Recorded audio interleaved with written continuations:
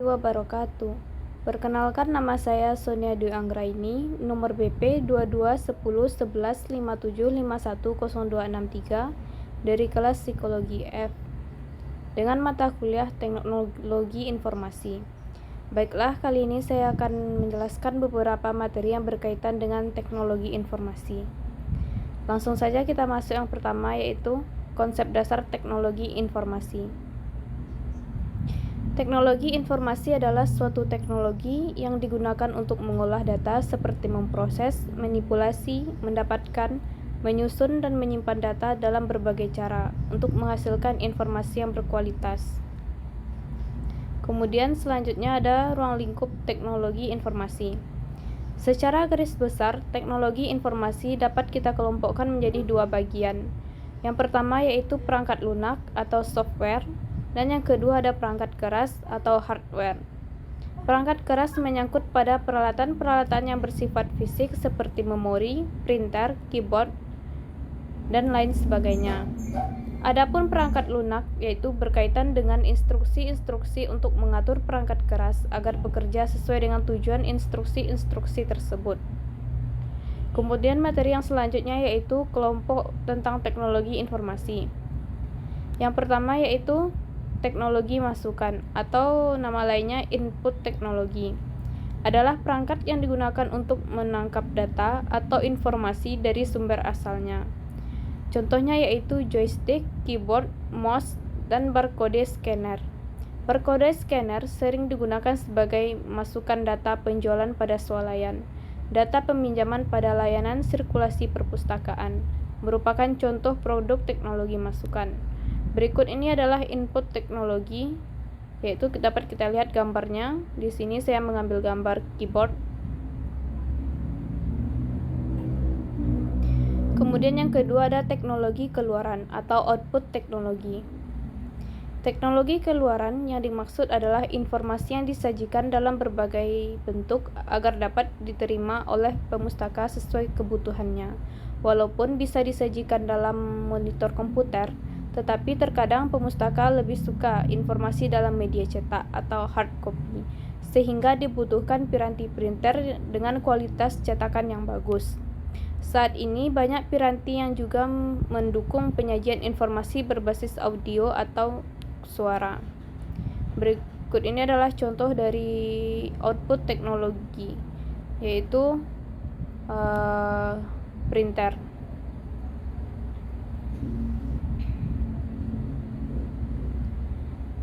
Yang ketiga ada teknologi perangkat lunak atau software teknologi. Untuk menghasilkan informasi diperlukan perangkat lunak atau software atau program. Program adalah instruksi untuk mengendalikan perangkat keras komputer. Contoh dari program untuk membuat dokumen adalah pengolah kata atau word processor. Intinya, program ditulis dengan bahasa yang bisa dimengerti oleh komputer. Berikut ini adalah gambar dari software teknologi.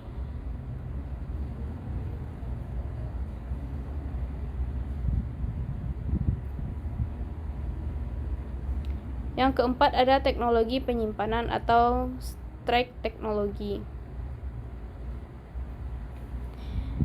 Media penyimpanan sangat signifikan dalam pertumbuhan dan penyimpanannya. Teknologi penyimpanan perlu diperhatikan terkait besar data, kecepatan akses, pertimbangan akses server atau tidak, uptime dan downtime, dan serta harganya.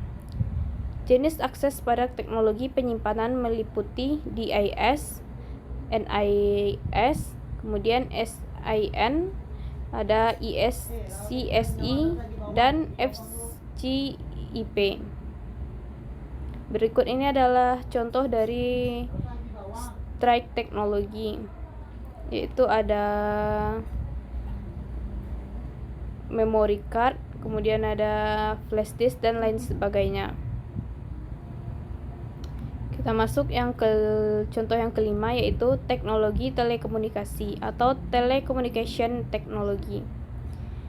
Teknologi telekomunikasi merupakan teknologi yang memungkinkan interaksi atau hubungan jarak jauh. Teknologi telekomunikasi pada prinsipnya terdiri dari perangkat keras dan perangkat lunak yang dipadukan untuk penyebaran informasi dari suatu tempat ke tempat lainnya, agar dapat dimanfaatkan dengan baik oleh penggunanya. Teknologi ini dapat mengirimkan teks, data, grafik, suara, dokumen, atau video. Komponen utama teknologi telekomunikasi terdiri dari perangkat keras, media komunikasi, jaringan komunikasi, dan perangkat lunak komunikasi atau software. Contoh teknologi yang memanfaatkan teknologi komunikasi yaitu internet dan ATM. Berikut ini adalah contoh dari telecommunication teknologi.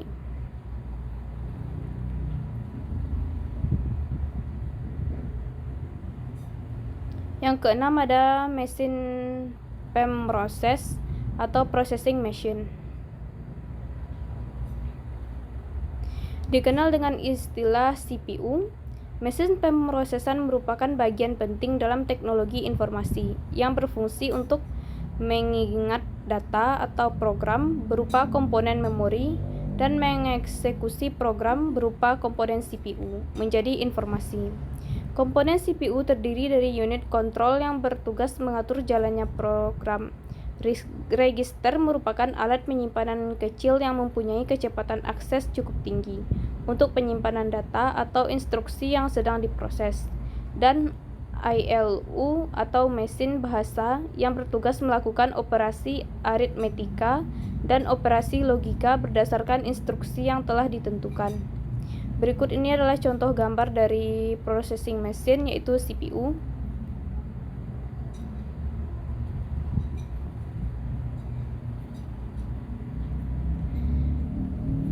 Kemudian materi yang selanjutnya yaitu tujuan dan peran teknologi informasi.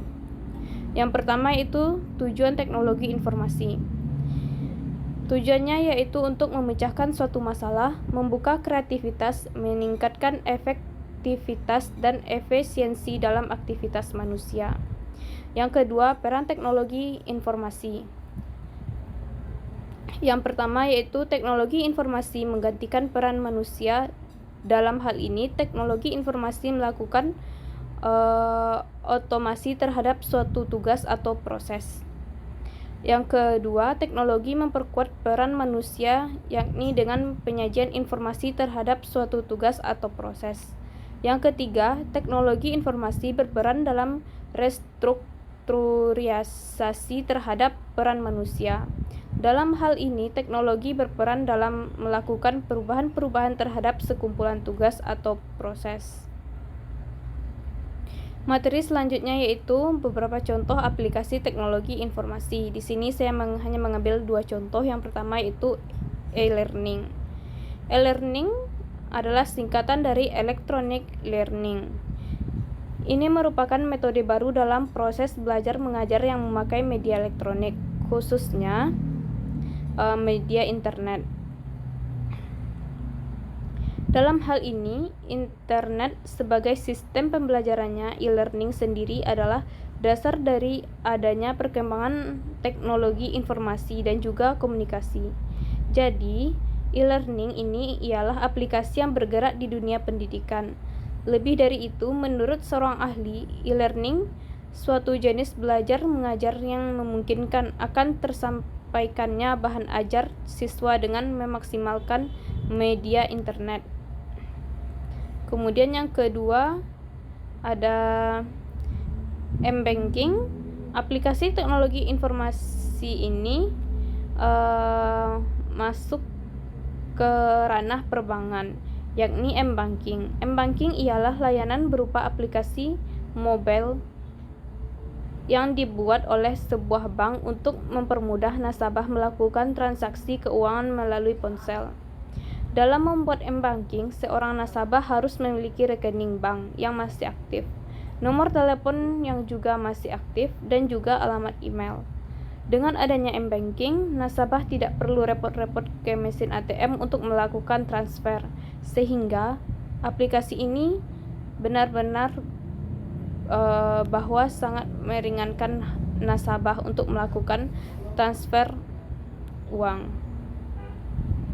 Demikianlah yang dapat saya jelaskan tentang teknologi informasi.